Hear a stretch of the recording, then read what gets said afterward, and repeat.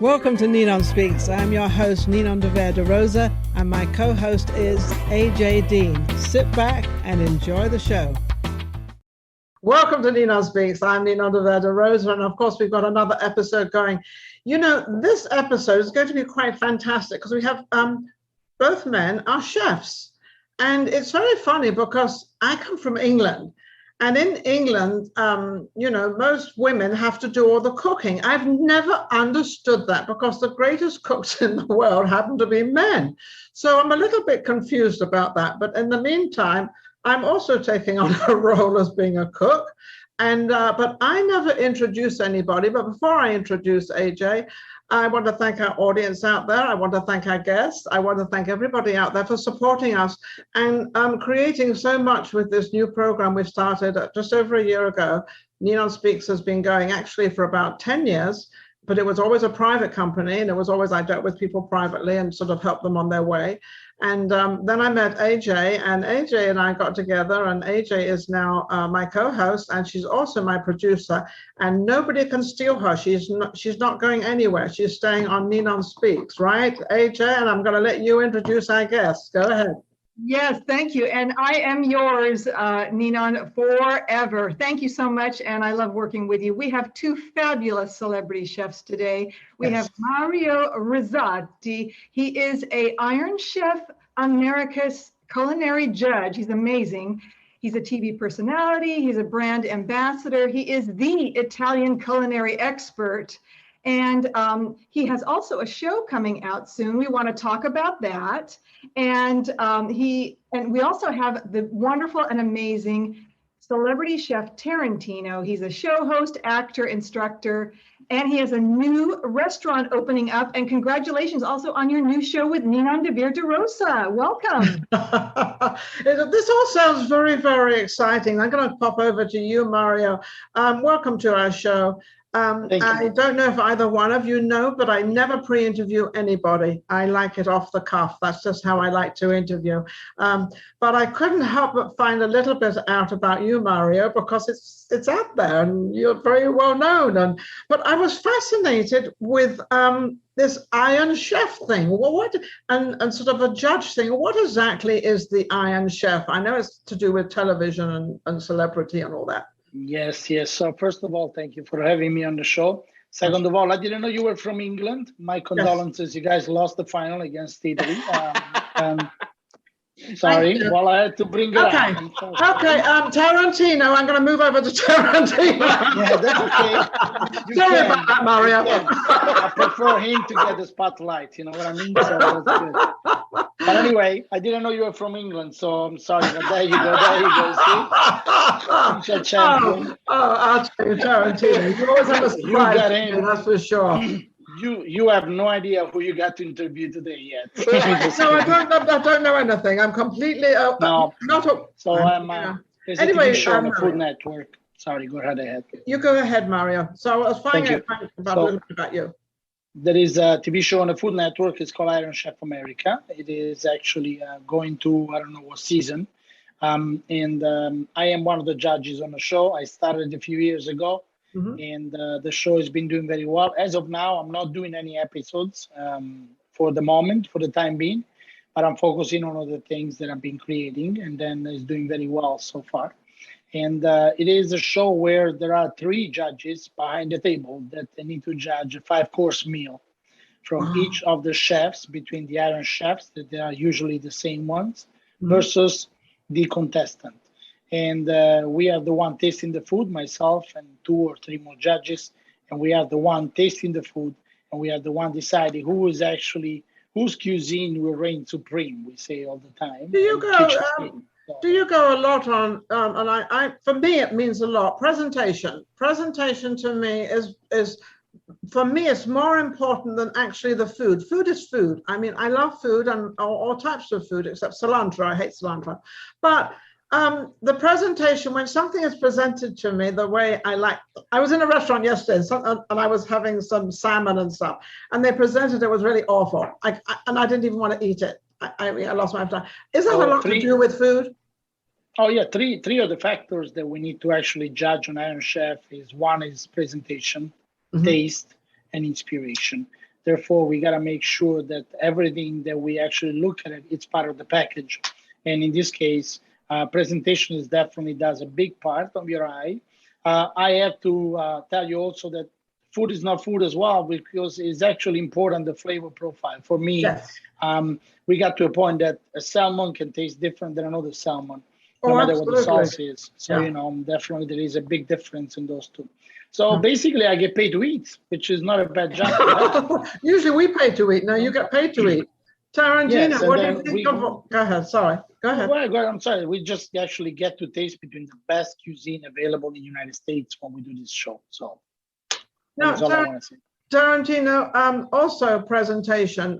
We've actually Tarantino we've started in the kitchen, a new show. First of all, let me ask you, how do you like the new show, Tarantino? Oh, it's fun. It's a lot of fun. I enjoy it very much. Good. When you and you always send me recipes and different things, and you think up of all these different recipes to actually cook within a very short period of time. How do you calculate that? Experience, just knowing what dishes take around 10 minutes and taking into consideration us talking and doing things. And the whole idea of ours, it's not authentic like Chef Rizzotti would do. Ours is to help people that are at home that want to learn how to cook and a little bit of entertainment. So we teach them how to make Italian dishes using the ingredients that we have available right in these local areas, especially areas that are in the country, and away from the city where the Italian markets are and everything. Because our guests like us, we can get our stuff anywhere we want, through food distribution, but the guest, it's a little bit more challenging for them unless they go to Chef Mario Rizzotti's Instagram and his store that he has, and he can tell you more about that, where you can get that authentic right from Italy, all the different types of ingredient that you can get from him, which I have yet to do it, and I can't wait. I can't wait either. Mario, how you doing with your store, and how long have you had your store going on the internet? It's about a couple of years right now, and it's getting a revamp right now. And we've been having our own small challenges recently because Italy has been on lockdown.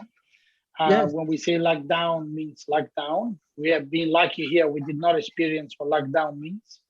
But over there, you cannot get out of the house, and the police will check your paperwork if you're in the street, and you must have a valid reason to be in the street. And therefore, basically, the products also were not getting here because they were not actually getting produced. So it's been a little challenge, but I had enough to make everybody happy. That's good. And good news, tomorrow my container is coming too. So, but the quality of the product is the quality that I would choose in Italy every day.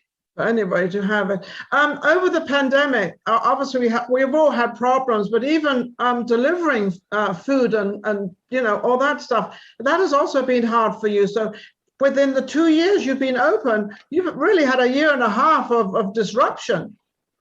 Well, in my case, I was prepared, and I had actually the opportunity to get a lot of food before the pandemic got hit harder. Funny enough to say, but it's not actually a joke, is the fact that I saw what was going on in Italy and I ordered everything. And I got prepared until everything was going to hit. And as a matter of fact, the business has boomed in the past 2 years and is going higher and higher this year as well, because people are at home. And after watching 2 million and 3 million YouTube videos on how to cook, they hopefully finally learn how to cook something, because everybody became chefs and everybody became expert in cooking.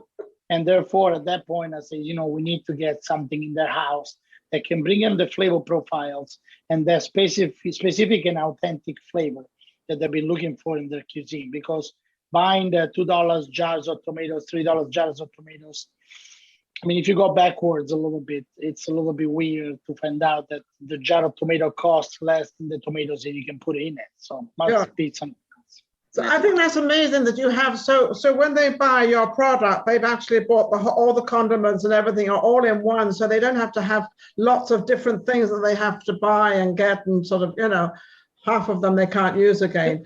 Let me go over. There was a lot of repeat customers, and there was a lot of people that actually got into trying my truffle sauce, my artichokes, olives, and truffle sauce, my actually apricot orange jam, or my elderberry jam.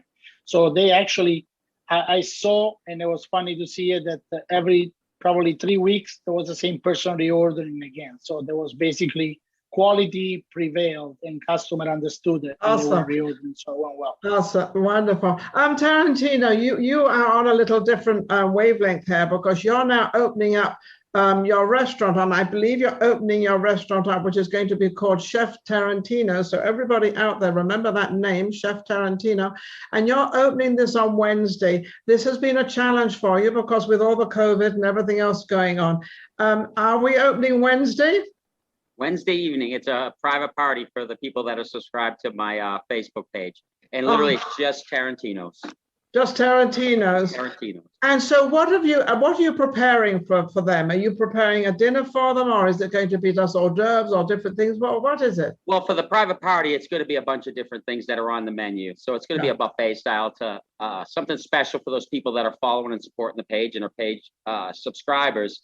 So we're doing something for them. I've got a friend of mine, Phil Scamato, coming down to do the Dean Martin and Frank Sinatra singing. And I have everybody dressed in 20s, 30s, 40s, and 50s gangster outfits. My front of house is wearing the red suspenders and all this other cool stuff.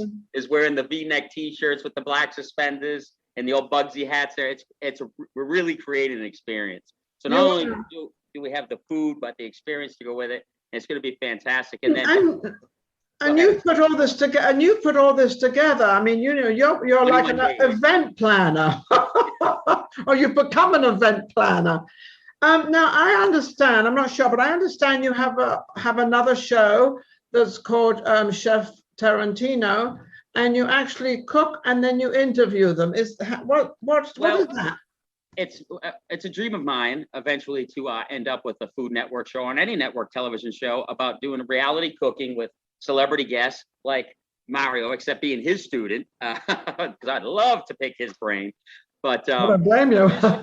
Okay, 10-minute dishes and cooking with different celebrities, and sharing the watching them cook. They basically have a setup, a saute pan right beside me. We do all the motions together, and then we sit down and eat. And over dinner, talk a little bit about them. They get to tell everybody about what they do, where they're from, whether it's an upcoming artist or already a celebrity artist. So it's really fun. And I do it with businesses too. I travel all around featuring different businesses, Italian restaurants. It's just about networking and getting together and just having a lot of fun.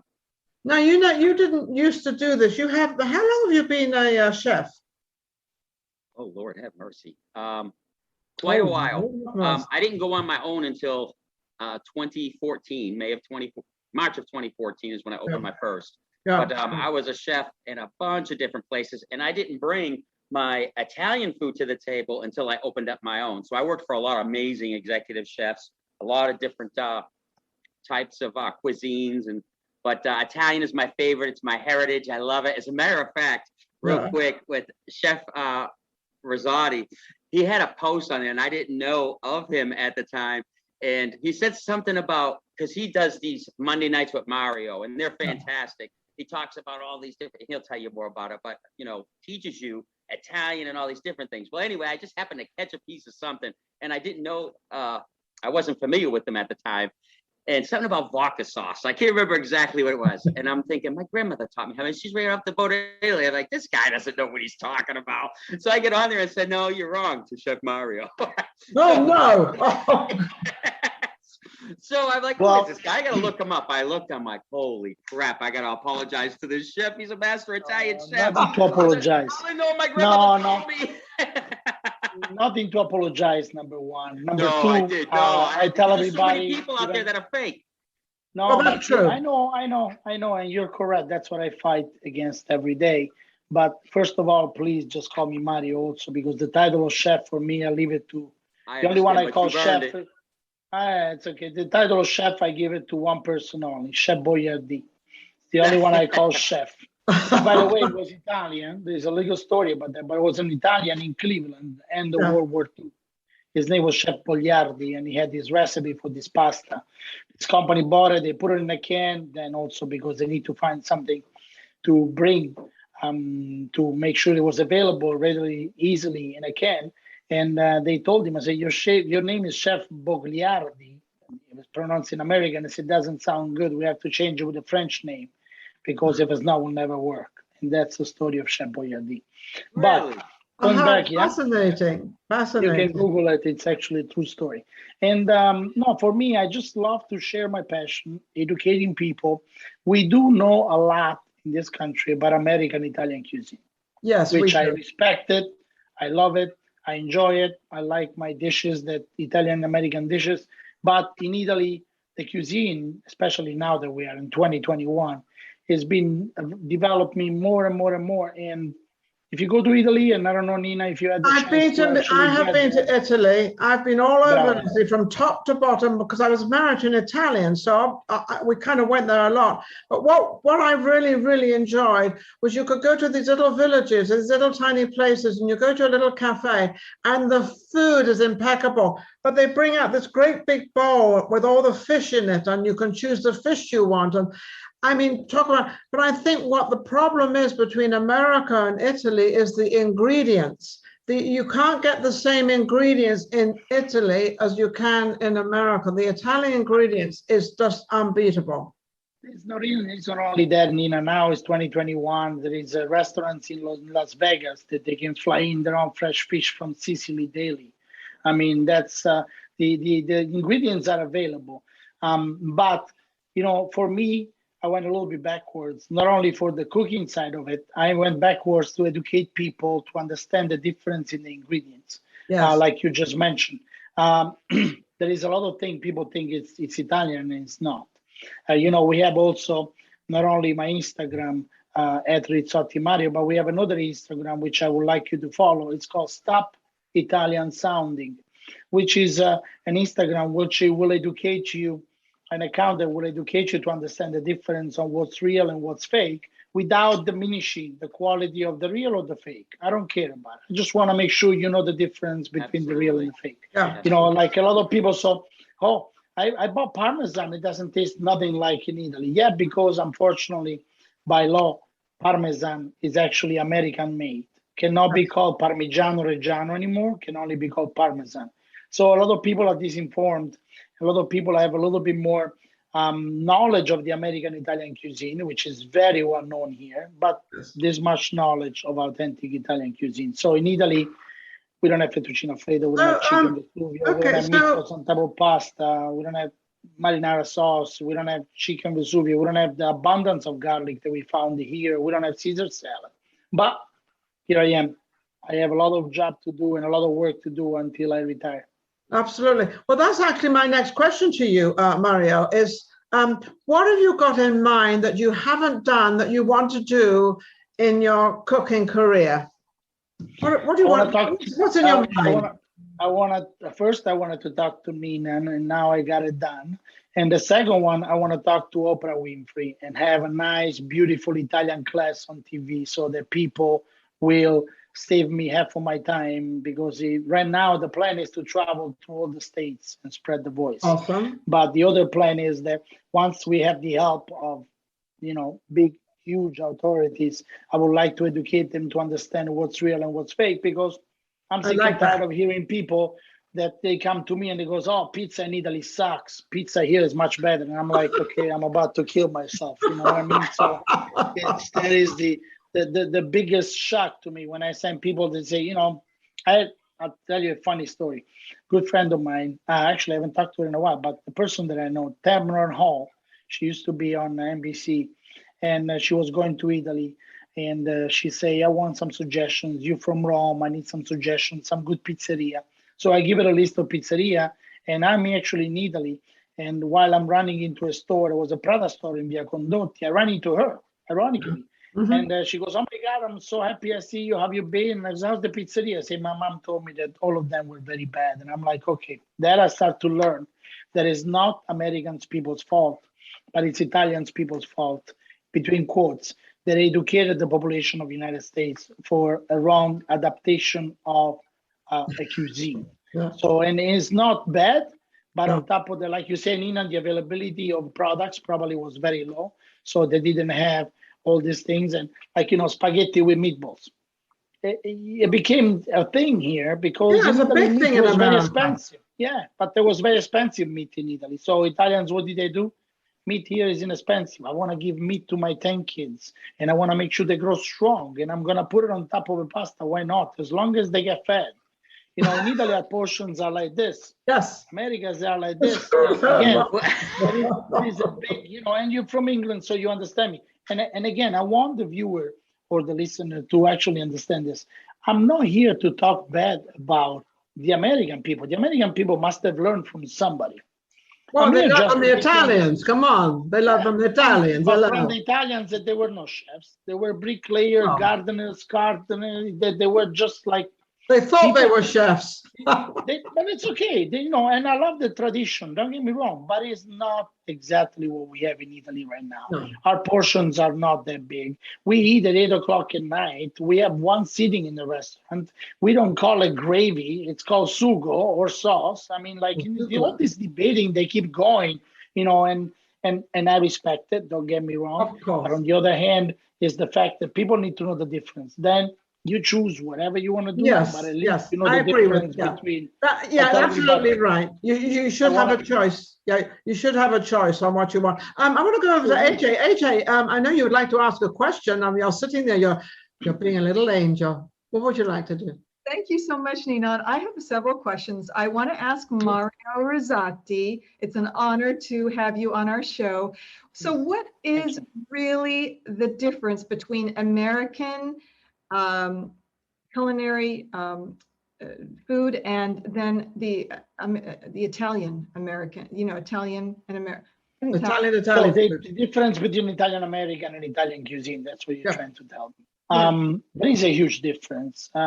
First of all, like Ninon said, the ingredients now they're fairly easy to find, but they're still different. Yes. Italy, as of today, it is a non-GMO country. So therefore, all our ingredients taste like Mother Nature gave it to us.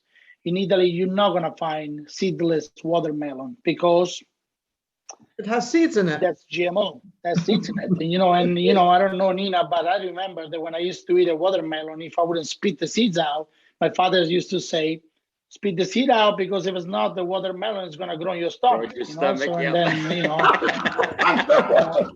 So therefore, we have to learn. We never choked on those things, and we never died actually, eating stuff with seeds. But then, again, here we use a different way, and we have different kind of ingredients. Yes. And the best that I can do is to adapt whatever is available to the Italian tradition, or the real Italian tradition. So the difference, to answer to AJ, number one, we use garlic to give flavor to food, not to kill the flavor of the food. When people tell me, and Chef Tarantino, I love you, I know you do your food. I do, I love my garlic.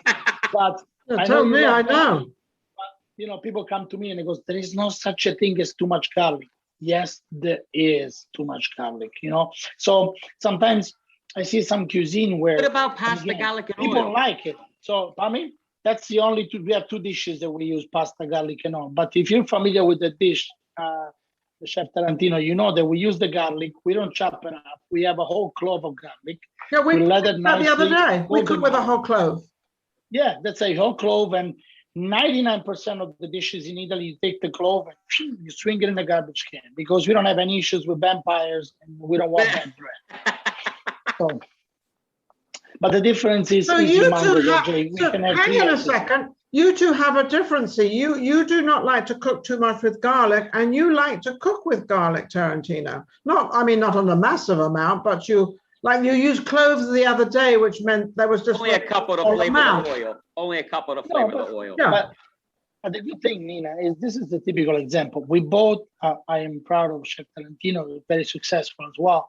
But we show you exactly the two different cuisines. The one that existed here, that Chef Tarantino is amazing in executing, and Chef Tarantino is also cooking what people want. That's different. I would do the same thing. The number one dish sold in many Italian restaurants is fettuccine alfredo. But don't get me wrong. What I've learned, I don't even know it's Alfredo. Mario, Tarantino, go ahead. What I've learned, because I'm a diehard Italian, I love my heritage, and I can only remember so much of what my grandparents and my father had showed me. Because when I was a kid, all I did was eat it and dip bread in the morning. But so with him, after meeting him, he's broadened so much of my knowledge with all these different things. I'm like, no way, get the heck out of here. Because I wasn't taught all that stuff. No. With the Italian actually, we've cuisine. been I only talking. know what I grew up eating, and that's what built my palate up for the taste. Chef Tarantino, I had a conversation with him. We're talking about truffle sauce.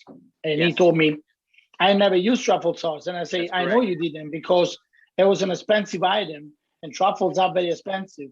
And it was not part of the culinary experience of many of the Italians that came here before us. So therefore, for them, truffle sauce, or I don't know, you can keep going, artichokes and olive sauce. Oh, but it sounds so delicious. When you say truffle sauce, it sounds absolutely delicious. You sort of, yes, I want my main course with truffle sauce. I mean, it sounds so romantic. It sounds so beautiful with a glass of red wine. And I'm going off the subject a little bit, but I'm going into dining. The Italian way of dining has to be one of the romantic ways, because as you said, Mario, you sit for the whole evening. That table isn't yours for an hour. That table is yours for the evening. And I've eaten in many, many fine restaurants, actually all over the world. And the dining, the Italian dining, especially I can think of in London, the Italian restaurants we had in London that I used to, Trattoriazza, I think there was one of them, amazing. But the food was always you always wanted to go to an Italian restaurant. Chef Tarantino, why always an Italian? Why do we gravitate to the Italian restaurants? I think, well, for me, it brings. It's the best food, Joe. That's it. Family in the food is just amazing. Simple ingredient. It's just romance. Everything's all tied into it. I mean, from what I was taught and how I grew up believing, it's just an amazing. Italian food is just amazing. It represents love, family, friendship. I mean, all food does, and I'm not knocking any other food by any means, because I'll cook anything. No. We're just talking about Italian food because we like it. If I had a choice on my date to take my date, we go out to dinner, we're going to get Italian, and we're going to go fly over to Chicago and get that authentic Italian. Yeah. I was married to an Italian. Chef Tarantino, I'm sorry, Nina, but not even in Italian, there is not too many restaurants. I can tell you that two hands is enough for me to tell you the name of Italian restaurants that they do authentic Italian cuisine. And again, I respect them. There is a place down on Grand Avenue that is packed every day. So therefore, but it's not Italian, it's Italian American. So authentic Italian restaurants, I'll tell you something funny. They have a harder time to stay open. We just closed in Chicago one of the huge, a very well-known Italian restaurant like Spiaggia. Why was it closed? Why?